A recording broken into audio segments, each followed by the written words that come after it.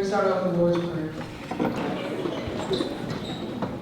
Our Father, who art in heaven, hallowed be thy name.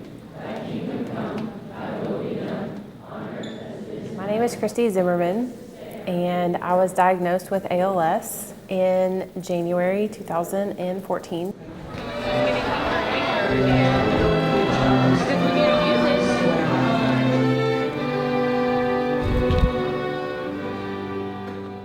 Can you tell us a little more about the disease itself? So this is where we get the science lesson. Right? Yes, the science lesson. Y'all ready for this? And I cannot even pronounce the disease that I have, you guys. Okay, ALS is amyotrophic lateral Sclerosis. It's kind of funny, but a part of the reason why I can't say that word is because ALS does attack your ability to speak. And so what would be just hard is pretty much impossible now because very slowly I'm noticing that I'm tripping over my words a little bit. I began having symptoms, I would say, in June or July last summer, summer of 2013. The first symptoms I had were sort of dragging my foot along in a long hallway. I'd noticed that my foot would drag. And I thought, well, that's just really weird. Maybe it's my shoe. Around that time, I had moved houses and I'd worn flip-flops the whole time. And I couldn't keep the flip-flop on. I was having trouble getting certain shoes on. And so I thought, well, I really need to go get this bunion checked out. And we did pretty much every test that you can do to rule out ALS. There is no test to say whether or not you have ALS. I've had MRIs, I've had blood work, I've had EMG and nerve conduction studies, and all those came back and pointed to really probably one of the worst things that I could imagine would be ALS. The doctor was really hoping that it would have been MS or something a little bit more treatable, nerve issues perhaps in my back or my legs. Since this disease is so rare, and I think it's pretty rare in East Texas, he hadn't seen that many cases of it. He wanted to just get a second opinion. So I was sent to Houston to get a second opinion, and I did some more tests down there, redid some of the tests that I've already done. And they also concluded that I had Lou Gehrig's disease or ALS.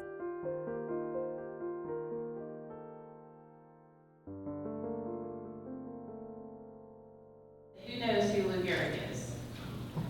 Some guy, a couple girls, we got it? Okay.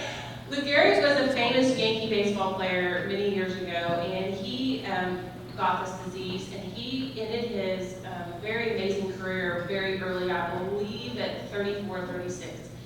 And he died 2 years later. What ALS does is attack your motor neurons. So when the motor neurons begin to die, they can no longer tell your nerves to talk to your muscles to move. You can no longer move your legs or the part that it's affecting. ALS can affect several different areas and all areas pretty much eventually. The places that they begin or that you begin seeing issues is in your legs, in your hands, with your breathing, with your swallowing and talking. What it eventually does is it will spread to the different parts of your body, and the way that you die is that you can no longer breathe. You got this. Remember, think of it and say,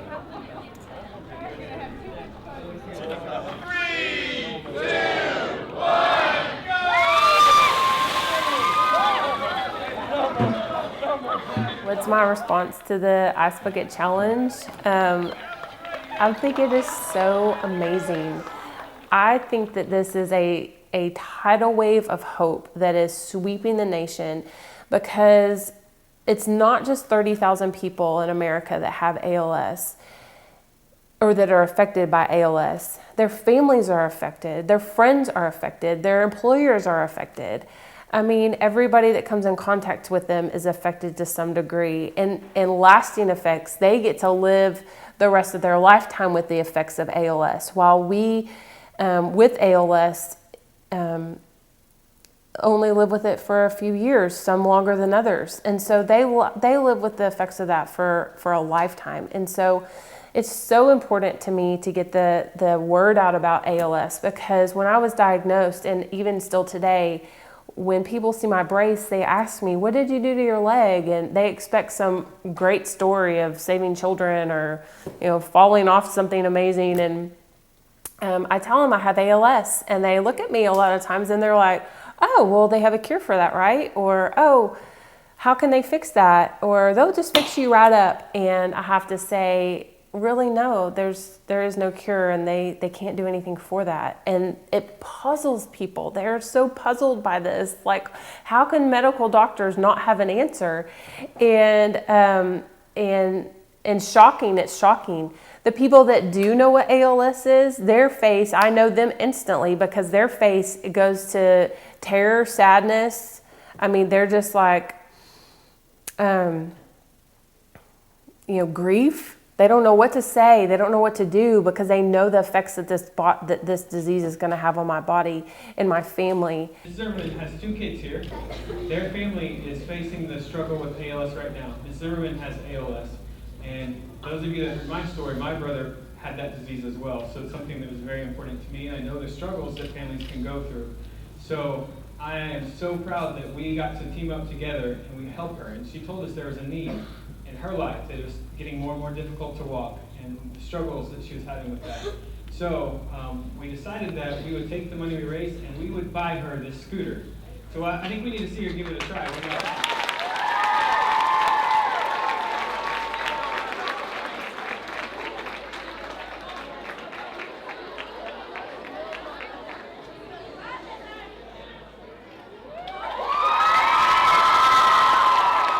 Like, out of all the diagnoses that it could be, this is definitely the worst. This has no cure.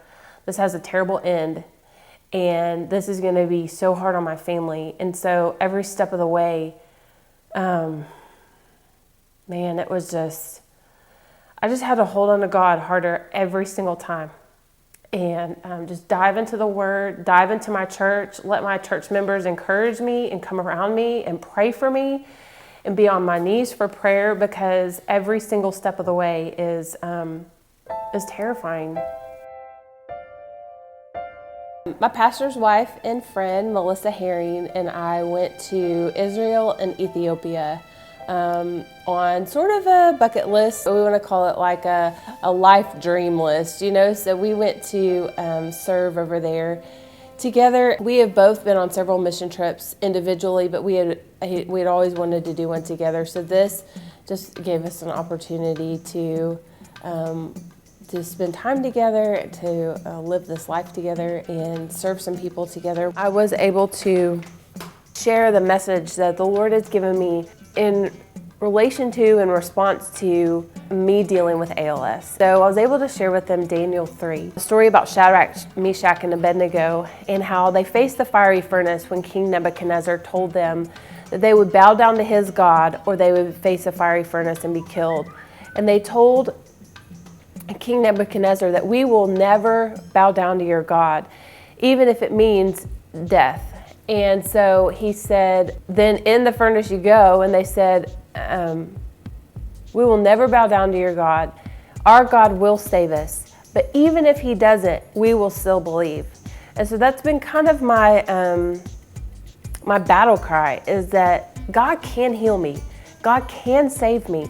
But even if he doesn't, even if in his perfect will and in the plans that he's chosen for my life, even if he chooses not to save me, I will still believe in him, and I will still urge others to believe in him too, because I've felt his presence through this, and I've felt his love, and I feel his calling on my life. And just because I have ALS doesn't mean that I am any less valuable than any other person that is perfectly healthy. Even if God doesn't save you from that situation, still believe, because hope is there, and he may have another plan that you don't know about, or something that is more fruitful that is going to come from your suffering that could touch more lives, or that could bring you more deeply into relationship with him. When I told them that I had ALS and it described to them what that was, and that meant potentially only living 2 to 5 years, and already have lived the one of the 2 to 5, if that's what the Lord has decided, because the Lord numbers our days, not diseases, not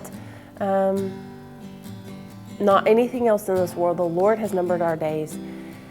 So when I told them of the ALS, their faces, like their jaws dropped. They couldn't believe it. They were just so stunned because from here up, I look pretty normal.